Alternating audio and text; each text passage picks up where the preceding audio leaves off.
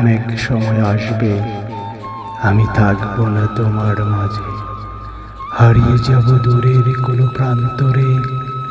সেদিন হয়তো ভেবে দেখবে আমি কতটা শান্ত ছিলাম। আমার না থাকার নিস্তব্ধতায় ছুঁতে পারবে না আমার হৃদয়। সেদিন সূর্য উঠবে, আলো ছড়াবে নিঃশব্দে, তোমার চোখ খুঁজে পাবে না আমায়। অবহেলা যন্ত্রণাগুলো হার মেনে নেবে আমার চিরবিদায়ে।